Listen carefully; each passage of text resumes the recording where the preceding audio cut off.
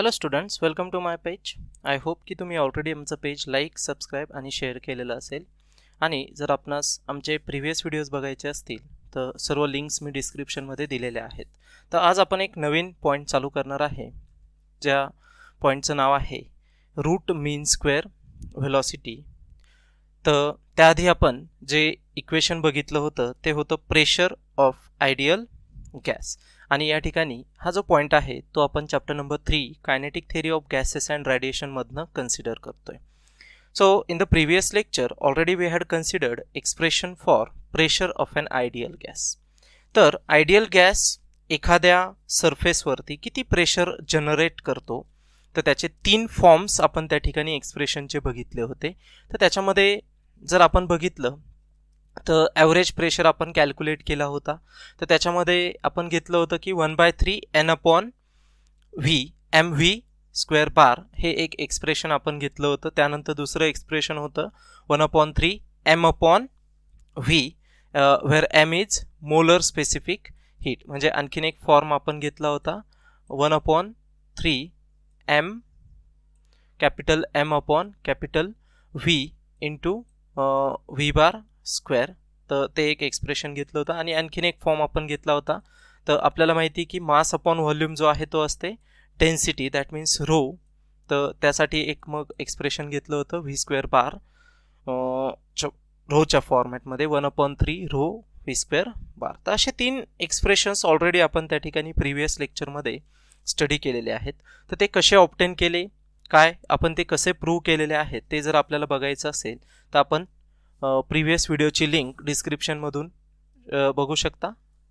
आता या ठिकाणी आपल्याला बघायचं आहे RMS speed, that means root mean square velocity और यू कॅन से स्पीड.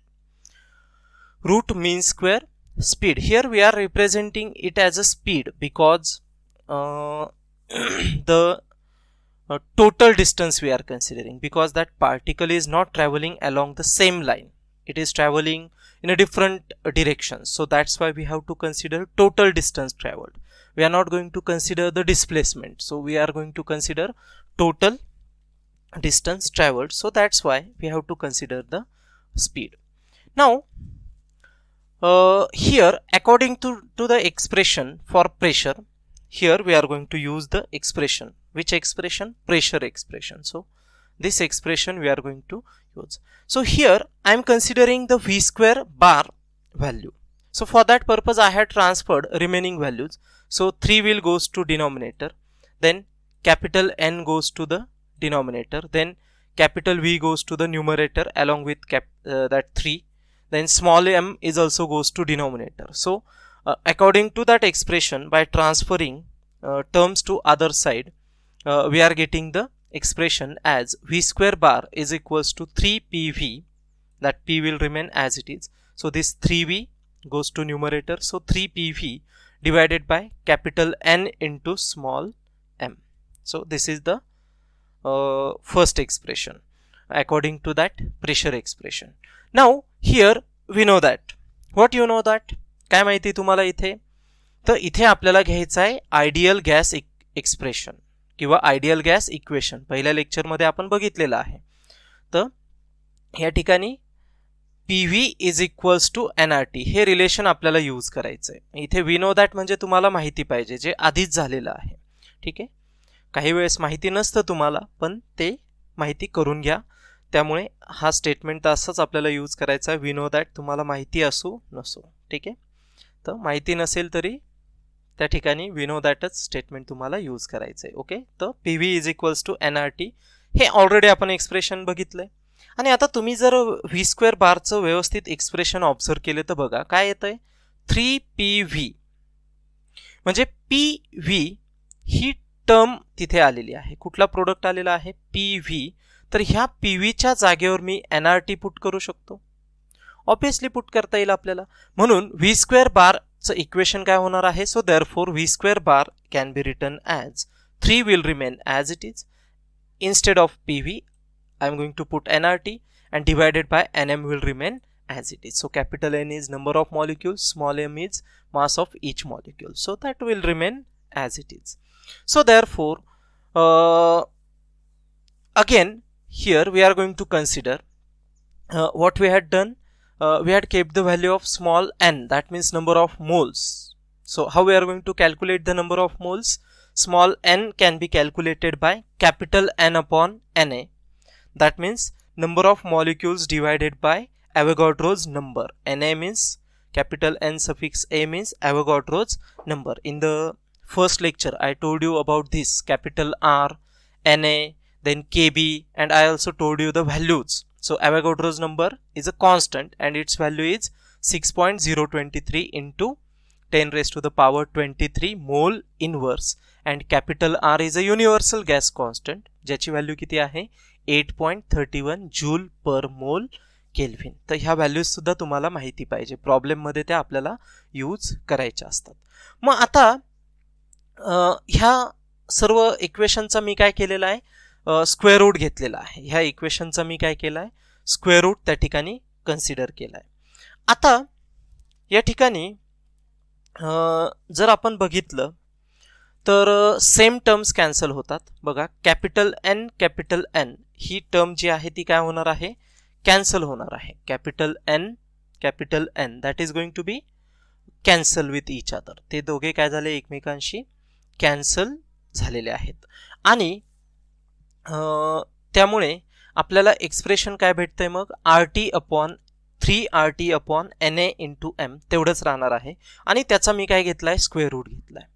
मग आता बघा ही व्ही स्क्वेअर बार म्हणजे आहे मीन स्क्वेअर व्हेलॉसिटी और मीन स्क्वेअर स्पीड. काय आहे तो, मीन स्क्वेअर स्पीड, आणि त्याचा स्क्वेअर रूट घेतला म्हणून मी त्याला काय म्हणणार आहे, root mean square speed. So therefore I am indicating it as a V suffix RMS, that means root mean square speed.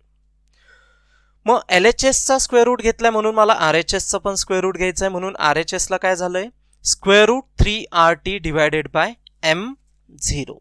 काय घेतलं एक्सप्रेशन मी, square root 3RT divided by M0. तर इथे M0 काय असणार आहे, आता जर आपण व्यवस्थित बघितलं तर M0 काय असणार आहे, इथे मोलर स्पेसिफिक हीट आहे. Sorry, it is a molar mass. It is a molar mass which is indicated by M0, which is indicated by M0. So it is the molar mass of the gas which is calculated by Avogadro's number into mass of a single molecule. That means Na into small m, and I told you the value of Na, that means Avogadro's number. So therefore we are getting it as a square root 3RT upon M0, which is RMS speed.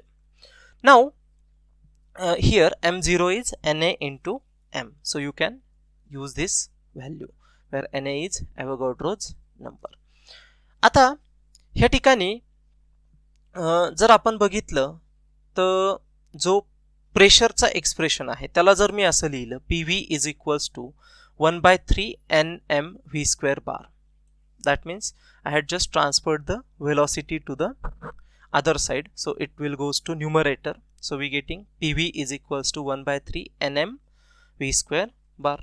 Again here I am going to separate the terms. So I had kept the bracket to the term mv square, and another fact I had added here, I had multiplied by 2 and divided by 2 to the RHS of this expression. म्हणजे मी 2 ने multiply divide केलंय, मग तो 2 cancel होतोय, म्हणजे original expression मी change करत नाहीये.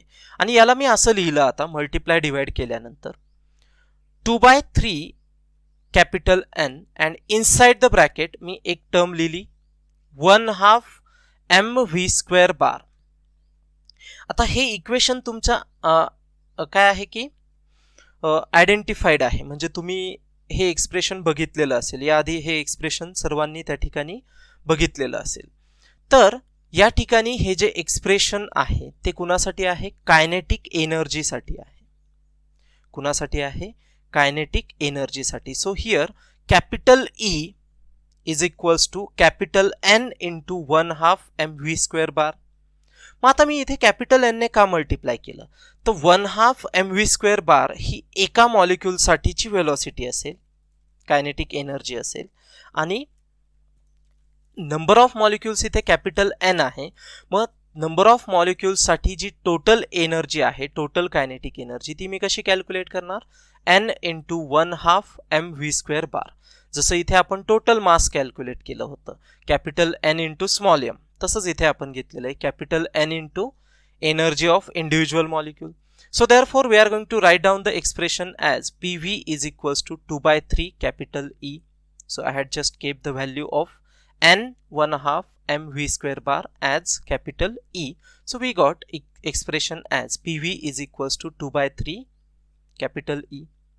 त्यानंतर आपण एकदम स्टार्टिंगच्या लेक्चरमध्ये आयडियल गॅसचे आणखीन काही फॉर्म बघितले होते. पहिला फॉर्म होता NRT. आणखीन एक फॉर्म घेतला होता, तो होता capital N KBT, where capital N is again number of molecules, KB means Boltzmann constant and capital T means absolute temperature. तर बोल्ट्झमन कॉन्स्टंट आहे तिथे. मग त्याच्यावरनं हे एक्सप्रेशन कसं लिहिता येईल मला? PVच्या जागेवरती मी ही व्हॅल्यू काय केली, फक्त सबस्टिट्यूट केलेली आहे. N KBT ही व्हॅल्यू PVच्या जागेवर मी फक्त सबस्टिट्यूट केली आणि मला काय expression भेटलंय? N KBT which is equals to 2/3 capital E, and therefore capital E, we got the expression for capital E as 3/2 NKBT, which is the expression for total energy of the ideal gas molecules, and this is a total kinetic energy. You can say that total energy. And if you want to calculate the energy per molecule, म्हणजे तुम्हाला जर एका मॉलिक्यूलची energy काढायची असेल तर कशी calculate करणार तुम्ही? फक्त तो नंबर ऑफ मॉलिक्यूल्स जो आहे तो टोटल एनर्जीला त्याने डिवाइड करायचं, म्हणजे capital E divided by capital N, ज्याला तुम्ही काय म्हणणार? एनर्जी पर मॉलिक्यूल. सो कायनेटिक एनर्जी पर मॉलिक्यूल. सो दस average energy per molecule is proportional to the absolute temperature capital T of the gas. Here why we are going to say it as a directly proportional to the absolute temperature? Because KB is a Boltzmann constant. So it is constant and its value is, what is the value? 1.38 into 10 raised to the power minus 23 joule per Kelvin. So that is the value which is constant value, and 3/2 is already numbers, so they are going to be constant. So therefore we are going to write like average energy per molecule is going to be proportional to the absolute temperature of the given gas. So in this way we are able to calculate the value of RMS speed as well as total energy of molecule or total energy of gas, and we are also able to calculate the average energy per molecule. So here you have to remember these three expressions. First one is RMS velocity, which is given by Vrms is equals to square root 3RT upon m0. M0 is molar mass. Then PV is equals to 2/3 E. This expression also you have to consider because we got the form of PV. Then next expression is total average energy, which is calculated by E is equals to 3/2 NKBT, and then the third expression is average kinetic energy per molecule, which is given by 3/2 kBT. That means each molecule going to have the energy 3/2 kBT, where kB is a Boltzmann constant. So you can say that the average energy per molecule is going to be proportional to the absolute temperature of the given gas. So these are the some important formulas which are very helpful in the examples, or which are going to be helpful in the next concepts. So you have to remember these formulas. So in this way we had considered these formulas with the help of expression for average pressure of an ideal gas, which already we had deducted in the previous lecture. So for today that's it. Thanks for watching the video. जर तुम्ही अजूनही आमच्या चॅनलवरती नवीन असाल, अजूनही आमचं channel like, subscribe आणि share केलेलं नसेल, तर मी पुन्हा एकदा आपणास रिक्वेस्ट करतो की आपण आमचं चॅनल लाईक, सबस्क्राईब आणि शेअर करायला विसरू नका, आणि त्यासोबतच बेल आयकॉन दिलेलं असेल ते प्रेस करा, जेणेकरून आम्ही ज्यावेळी नवीन व्हिडिओज टाकणार आहे तर त्याची अपडेट्स तुम्हाला मिळत राहतील. लवकरच आम्ही CET साठी सुद्धा काही व्हिडिओज टाकणार आहे, त्यामुळे तुम्ही आमच्यासोबत बनून राहा, जेणेकरून तुम्हाला नवीन अपडेट्स भेटत राहतील. So again, thanks for watching the video. Have a nice day.